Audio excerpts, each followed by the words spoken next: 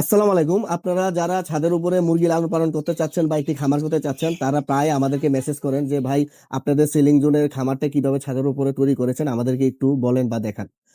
আমরা সময়ের অভাবে আপনাদের সাথে জিনিসটা শেয়ার করতে পারিনি আগে, তাই আজকে সময় বের করে চেষ্টা করেছি আপনাদেরকে একটু দেখানোর কিভাবে আমরা ছাদের উপরে তৈরি করেছি। আমরা মূলত এই ঘরটি তৈরি করেছি টিনের মাধ্যমে।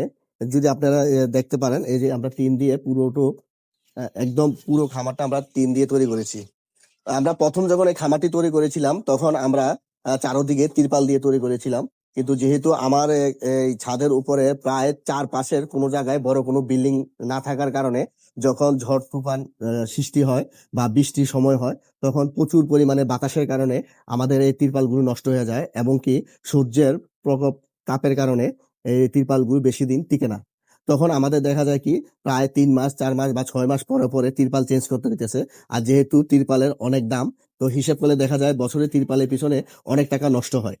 তারপরে আমরা চিন্তা করলাম যে আমরা কিভাবে ওইটাকে একটু আপডেট করতে পারি, যেটা করলে আমাদের টাকাও সাশ্রয় হবে এবং কি আমাদের খামারটিও মজবুত হবে। তার পরিপ্রেক্ষিতে আমরা এটাকে পুরোটাকে আমরা তৈরি করেছি টিনের মাধ্যমে, এবং কি নিচের অংশটা যদি দেখেন, যেহেতু ছাদের উপরে এতটুকু পর্যন্ত আমাদের দেওয়াল দেওয়া আছে, প্রায় নিচ থেকে 2.5 ফিট পর্যন্ত আমাদের দেওয়াল দেওয়া আছে।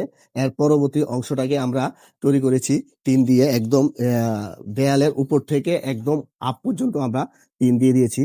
এবং কি উপর অংশটা যদি আপনাদেরকে দেখাই, উপরের অংশটা যদি দেখেন তাহলে দেখতে পাবেন যে আহ, উপরে টিন এবং কি টিনের নিচে আমরা ফয়েল ব্যবহার করেছি।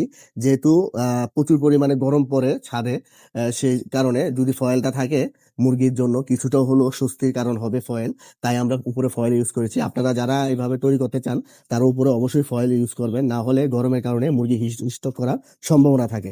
এবং কি পাশাপাশি আপনারা এইভাবে তৈরি করার চেষ্টা করবেন। এবং কি আমরা এইভাবে একটা ড্রেনেজ ব্যবস্থা তৈরি করেছি, যেটাকে অনেকে গ্রামের ভাষায় টুয়া বা অনেক কিছুই বলে। এইভাবে আমরা একটা ড্রেনেজ ব্যবস্থা তৈরি করেছি, কারণ হচ্ছে আমাদের আশেপাশে যেহেতু অন্যান্য মানুষের বাড়িঘর, যাতে আমাদের এদিকের পানিটা অন্য কারো জায়গাতে না পড়ে এবং কি অন্য কারো সমস্যা না হয়, সেই জন্য আমরা এই সিস্টেমটা করেছি। আমাদের সম্পূর্ণ চালের পানিটা এইভাবে এই জায়গাতে পড়ার পরে বৃষ্টির পানিটা সরাসরি আমাদের এখান দিয়ে চলে যায়।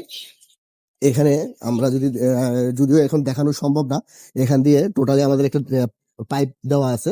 ওই পাইপের মাধ্যমে সরাসরি বৃষ্টি পানিটা নিচে চলে যায়, যার কারণে এটা কোনো সমস্যার সম্মুখীন হতে হয় না। এবং কি আপনারা অবশ্যই এই একটা জিনিস ফলো রাখবেন, যখন আপনি খামার তৈরি করবেন আহ, চেষ্টা করবেন যতটুকু সম্ভব খামারটাকে খোলামেলা রাখার। আর যেহেতু আপনি টিন দিয়ে করবেন, পুরোটা যেহেতু খোলামেলা রাখা সম্ভব হচ্ছে না, তাই আপনি আমাদের মতো এভাবে দরজা সিস্টেম বা জানালা সিস্টেম করে তৈরি করতে পারেন।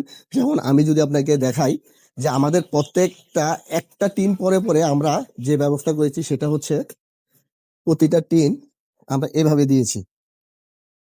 এই যে আমরা যদি দেখাই, আমাদের এদিকে একটা সম্পূর্ণ টিন দেওয়া হয়েছে আস্থা। এই টিনটা দেওয়ার পরবর্তীতে হচ্ছে আমরা এই দরজা সিস্টেম করেছি। একটা টিন এখানে দরজা, এখানে, তারপর আরেকটা টিন হচ্ছে টিন দিয়ে হচ্ছে সম্পূর্ণ টিন দিয়ে এখানে দরজা সিস্টেম করেছি।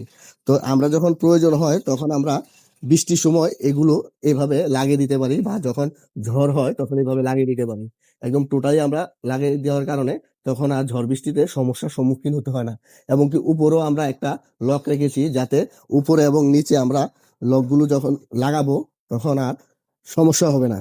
কারণ দুনো দিক থেকে যখন বাতাস আসবে, বাতাসের কারণে যাতে দরজাগুলো ভেঙে না যায় বা বাঁকা না হয়ে যায়, তখন আমরা দুটোটা লক আমরা লাগাতে পারি। আর নর্মাল সময় একটি লক লাগিয়ে আপনি এটা রাখতে পারবেন। এবং কি যখন আপনি এইভাবে তৈরি করবেন, প্রত্যেক একটা টিনের পরে আস্ত দুইটা টিন দিয়ে এভাবে দরজা তৈরি করবেন বা জানালা তৈরি করবেন, তখন দেখবেন আপনার খামারের অনেকাংশ জায়গা ফাঁকা থাকছে। এরকম ফাঁকা থাকছে, ফাঁকা থাকার ফলে আপনার ভিতরে মুরগির খামারের ভিতরে যে অ্যামোনিয়া গ্যাস সৃষ্টি হয়, সেই গ্যাসটা আর থাকতেছে না।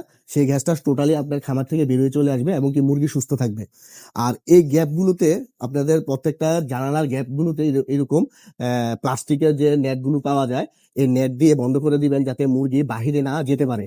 এবং কি পাশাপাশি হচ্ছে মুরগির যখন আপনার বৃষ্টির সময় আসবে, আহ ওই সময়ে যদি আপনি মুরগি লালন পালন করে থাকেন, তখন তো অবশ্যই আপনার জানালাগুলো বন্ধ করে দিতে হবে।